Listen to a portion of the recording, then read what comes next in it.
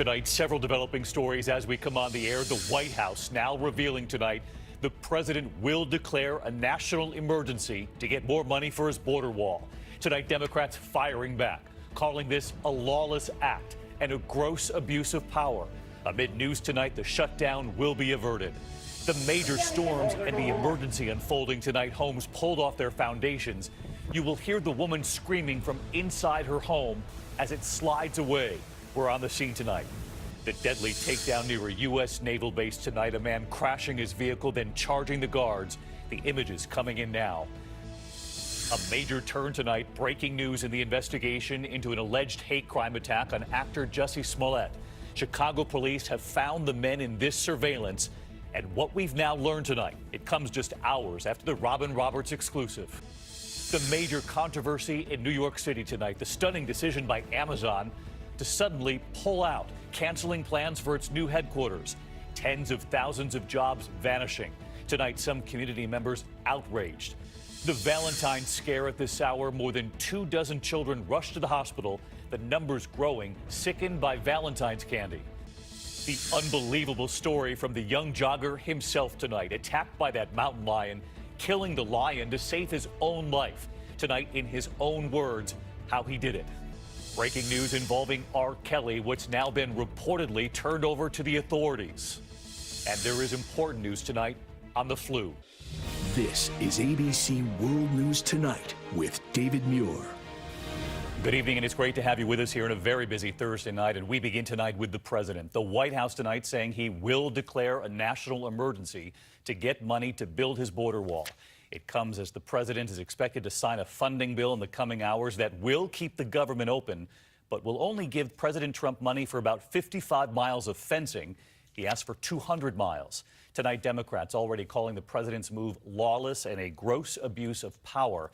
And they warn of what future presidents, future Democrats could do if they do the same thing as President Trump. ABC's chief White House correspondent Jonathan Karl leading us off. After some last-minute drama, the president told congressional leaders he will indeed sign a spending bill he does not like, removing the threat of a government shutdown. He's prepared to sign the bill. He will also be issuing a national emergency declaration at the same time. And I've indicated to him that I'm going to support the national emergency declaration. The bill provides a fraction of the money the president wants to build his border wall, but he says he will find a way to build the rest. And it's a big wall. It's a strong wall. It's a wall that people aren't going through very easy. They're going to have to be in extremely good shape to get over this one. They would be able to climb Mount Everest a lot easier, I think. One of the president's closest allies had said he could not sign the bill without simultaneously declaring a national emergency. This is the time. That is a necessity. Now, that would allow the administration to access billions more in wall funding. Under a national emergency, the president will attempt to shift money from elsewhere in the federal government, likely the Pentagon, a move that will be swiftly challenged in court. Democrats call it a lawless act and a gross abuse of power. If the president can declare an emergency on something that he has created as an emergency, an illusion that he wants to convey, just think of what a president with different values can present to the American people.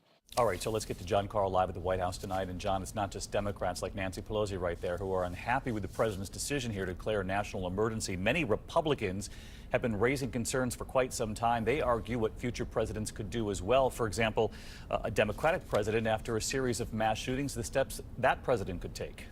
Republicans were making this point again today, saying it sets a terrible precedent that will be cited by a future Democratic president. And David, ABC News has learned that the Department of Justice has warned the White House that this national emergency declaration is likely to be blocked, at least temporarily, by the courts, preventing the immediate implementation as it is challenged, although I'm told by a top White House official that the White House remains confident that they will ultimately win on appeal. All right, John Karl, who will be following this into the night. John, thank you. In the meantime, we're going to turn next to the major storms and the unfolding emergency at this hour, homes actually sliding right off their foundations.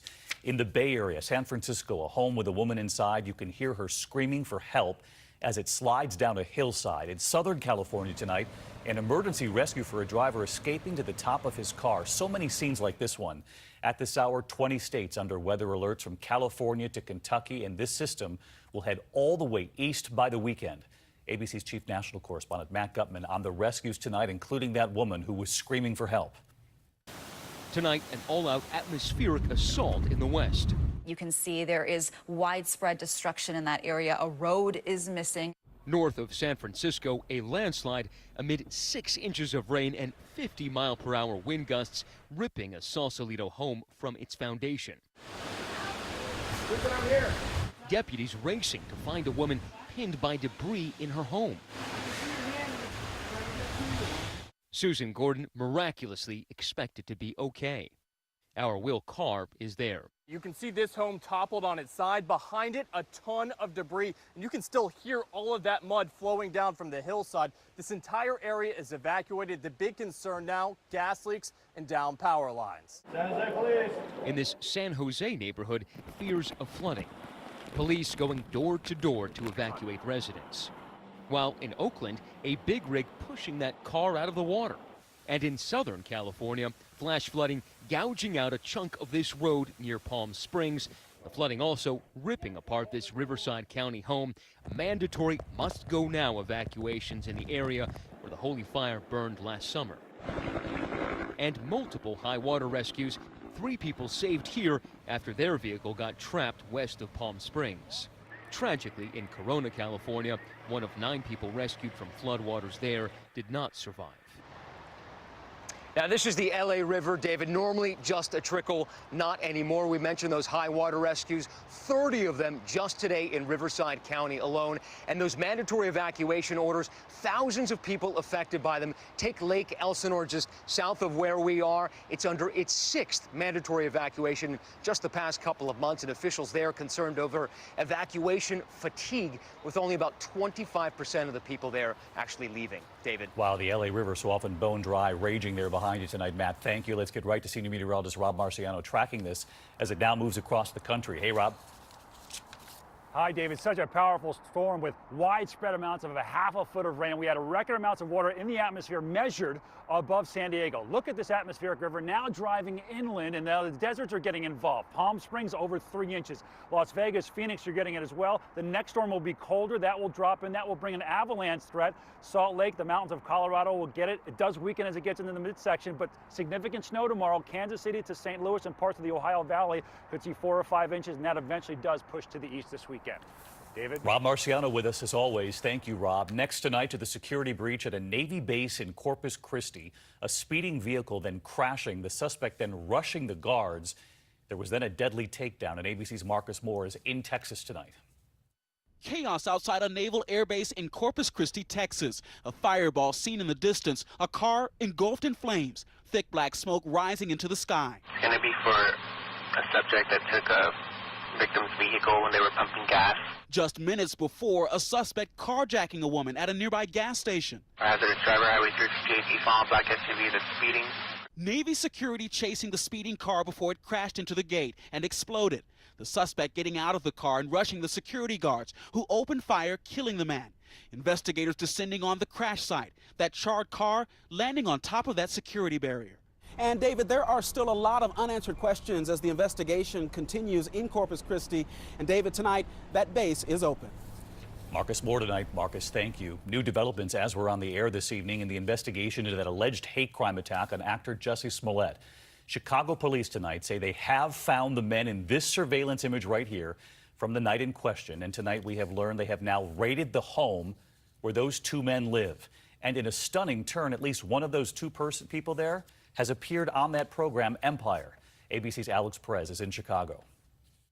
Tonight, Chicago police say they've identified the persons of interest in that grainy surveillance image and are now questioning them. One of those people is an actor on Smollett's own show, Empire. It comes after Jussie Smollett told our Robin Roberts he's convinced the people seen here are the ones who attacked him. I don't have any doubt in my mind that that's them.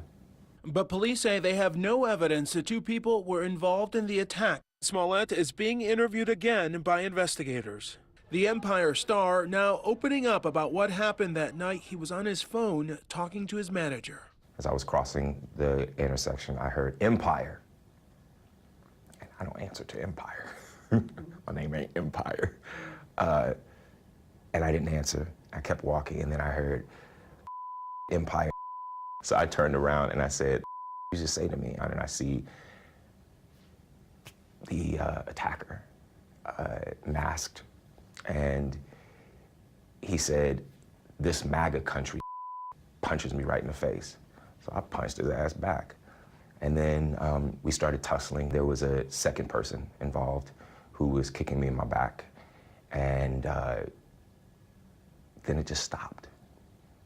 And they ran off. And the phone was in my pocket, but it had fallen out. And it was sitting there. And my manager was still on the phone. And he's like, what's going on? And I said, I was just jumped. And then I looked down and I see that there's a rope around my neck, which I hadn't. You hadn't noticed it before? No, You didn't because see? it was so fast. Smollett says he first thought it was all captured on surveillance. And then the detective told me that the camera inside of the casing was facing north, so they didn't have it. And that was disappointing. Investigators asking to see his phone. They wanted me to give my phone to the tech for 3 to 4 hours. I'm sorry, but I'm not gonna do that. Why? Because I have private pictures and videos and numbers, my partner's number, my family's number. I don't know what that's gonna be to hand over my phone. And David, we learned just a short time ago that authorities actually carried out an overnight raid on the home of those two people that they have been interviewing, collecting shoes and electronic devices as evidence. So far, no one has been charged. David? Alex Perez on this again tonight. Alex, thank you. A stunning and sudden announcement today from Amazon canceling plans to build a giant corporate center, one of its new headquarters here in New York City. Tens of thousands of jobs are now gone with it. ABC's Stephanie Ramos near the proposed site tonight, where many are angry this evening. Some are angry at politicians who they believe chased Amazon out. This local New York City business owner stunned. Oh, I'm sorry, did I interrupt your little, parade that you're gonna throw for screwing over all our jobs? Lashing out at a city council member. We're an embarrassment to New York City now because of you guys. Moments after Amazon abruptly pulled the plug on building half of its second headquarters in this Queens neighborhood. Amazon saying a number of local politicians made it clear that they oppose our presence and will not work with us to build the type of relationships that are required to go forward. The governor and mayor of New York enticing the retail giant after its nationwide search with nearly $3 billion in tax incentives and subsidies, even a private helipad. In return, at least 25,000 jobs. The governor recently defending the deal and those jobs. It is irresponsible to allow political opposition to overcome sound government policy. But opponents saying no thank you. The workers united will never be defeated. Opponents like Democratic Congresswoman Alexandria Ocasio-Cortez, whose district was next to the proposed site. If we're willing to give away $3 billion for this deal, we could invest those $3 billion in our district ourselves if we wanted to. We could hire out more teachers, we can fix our subways, we can put a lot of people to work. David, Amazon says they will continue with their plans to build a new headquarters in Northern Virginia, as well as a separate project in Nashville, adding that at this time, they do not intend on starting a new search for a New York replacement. David. Stephanie, thank you. Also tonight, the Senate has now confirmed President Trump's nominee for Attorney General. He will now oversee the Mueller investigation and how much of any final report is actually seen by the American people. William Barr was approved largely along party lines. During his confirmation, he did not commit to releasing Robert Mueller's full report to the public. The news comes tonight as we hear a new account from former FBI Deputy Director Andrew McCabe about the president and what McCabe says he did to protect the Russia investigation. The president is firing back tonight, and here's Chief Justice Correspondent Pierre Thomas now. Tonight, for the first time, former acting FBI Director Andrew McCabe opening up about why he launched a counterintelligence investigation into the President of the United States.